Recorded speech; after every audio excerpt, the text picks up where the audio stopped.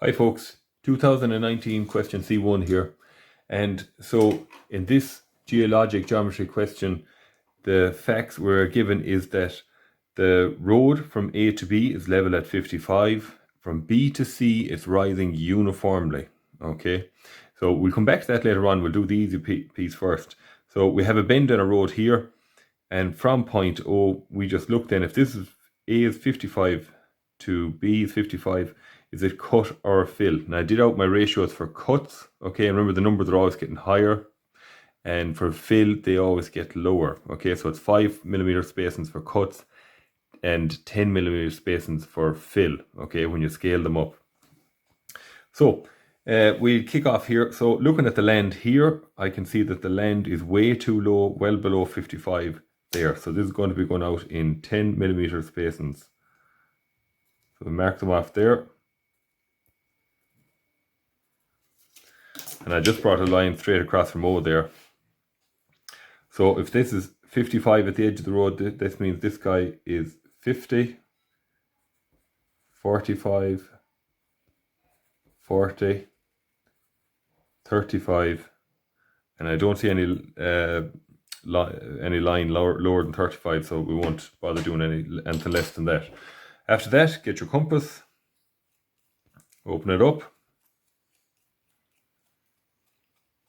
and I'm going to fill out this. So this is all going to be fill here, and this is all going to be cut on the near side here. Well, it's going to be actually fill as far as, if we follow the 55 line, it's going to be fill as far as that point, and it's going to change to cut here then, and same on this side, it'll be fill down here and then cut up there. So I'll stop talking now and I'll just finish out this part of the road.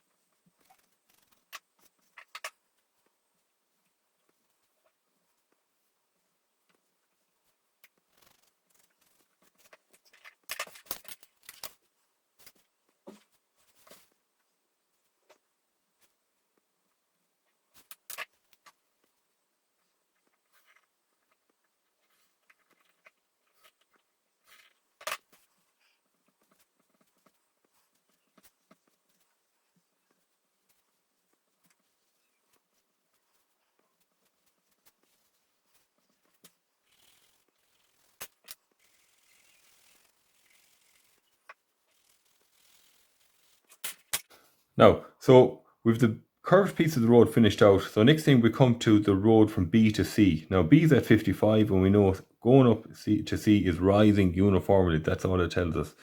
But it comes up to 60 actually. So we're also told that F to E is rising parallel with that, okay? So we'll just treat F to E as the edge of the road as we would normally, okay?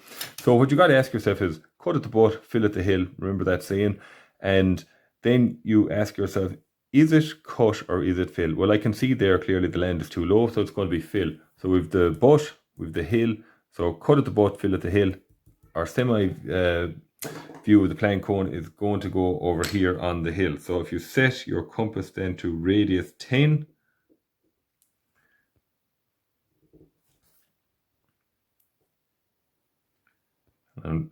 and draw in your semi-cone here. I might as well do it on the south side of the road while we're at it as well.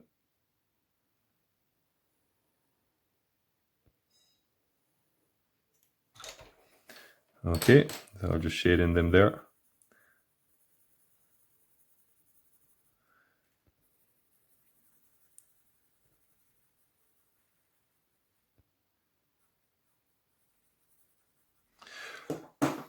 Now, we need these guys for getting the taper going, okay? So we get our set squares there, eyeball it up, and draw in a line tangential to that. Now it's going to be fill, so we're going to space it out here in 10mm intervals. I'll just use a blue color for this.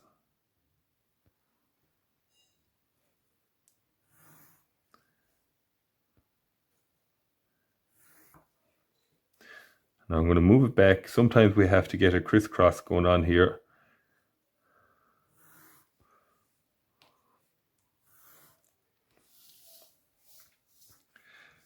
Now I'm going to do the same thing on the south side of the road.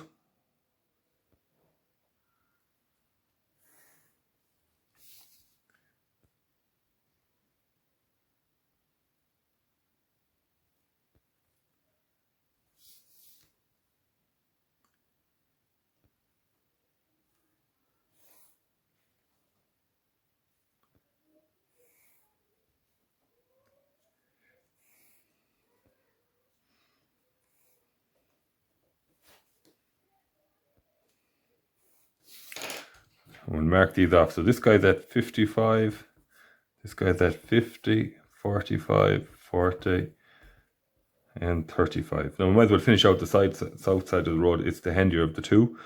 Okay. There we've, that's 55, sorry. 55 starting there, 50 beyond this one here, 45 here, 40, 35, and that guy was hidden in there.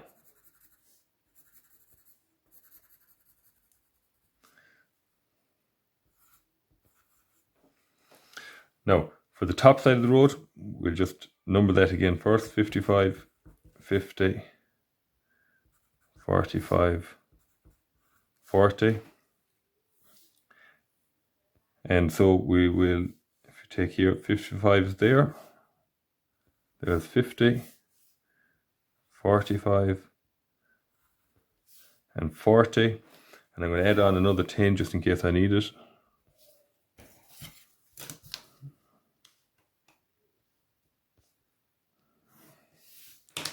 Will be for 35.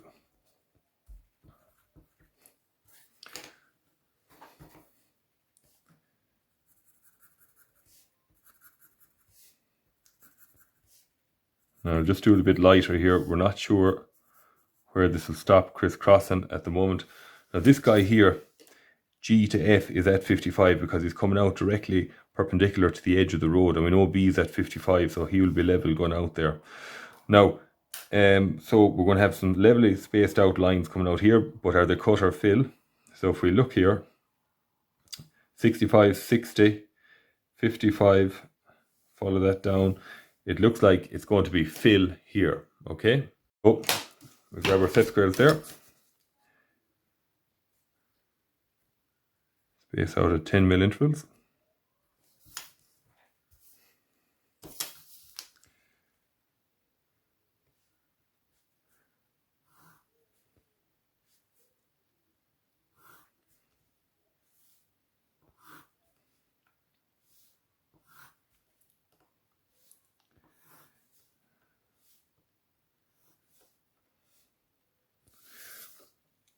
Now, if that's 55, this guy's at 50, 45, 40, 35.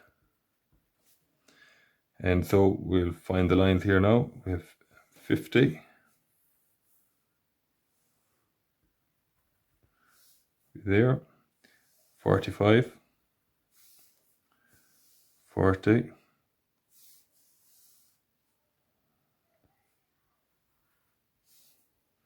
35.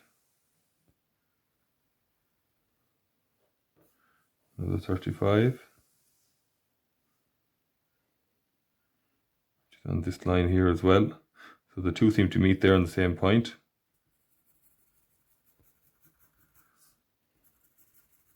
So I can finish that guy now, and we'll do this guy a bit heavier as well, now that we're sure of it.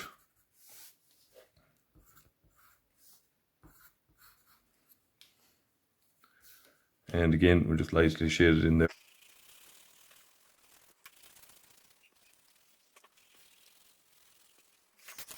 Now, so the next part then we've been asked for in the question, it says, part B, on the map, P, Q and R are 3 points on the top surface of a stratum of ore. R and Q are at altitudes of 40 and, or Q and R are at altitudes of 40 and 25. So Q is at 40 and R is at 25. That's already marked off for us. It then says the stratum has a strike of 54 northwest as indicated by the given strike line S. So that's been put in for us there today. Using the given XY line, already drawn in the map, determine the dip of the stratum, right? So what you're going to have to do there as usual, we're going to look along it.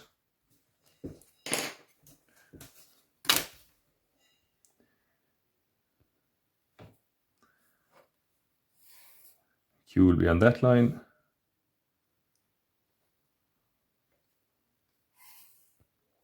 R will be on this line. And we'll bring down P there. Okay. As well, while we're at it, it hasn't told us the height for P, so I'm guessing we're going to get it off this auxiliary later on. Okay. So R is a height of 25. Now you can put R down the ground, or if you wanted it, you can just mark them off there, 25. Okay, that's R there, 25. Q we're told has a height of 40. So Q will be at this point here. And now what you're getting there, when you find out the dip, is you're getting an edge view of that top stratum of ore. Okay. So that is our dip here. If we want to do, just bring up another line there. It's the same thing anyways.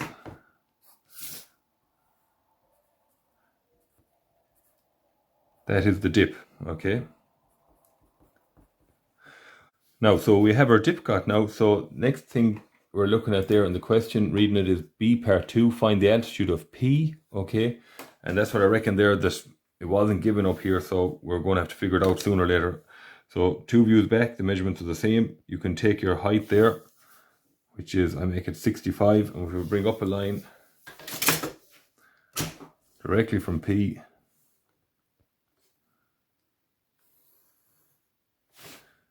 that'll get us P up there in elevation. Okay, so finishing that. Q, we bring it up there, the height of 40.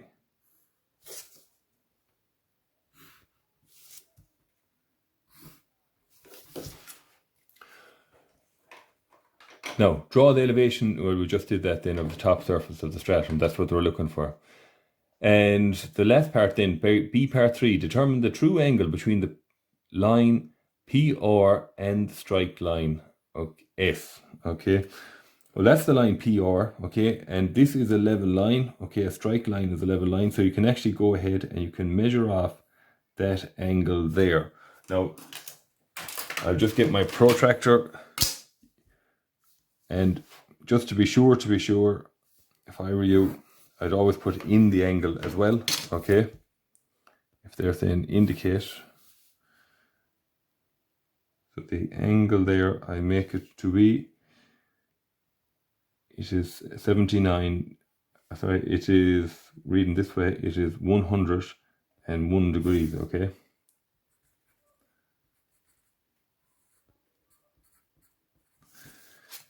And that's that question finished, folks. So I hope you found that useful. More videos to come, folks. Take care, stay safe.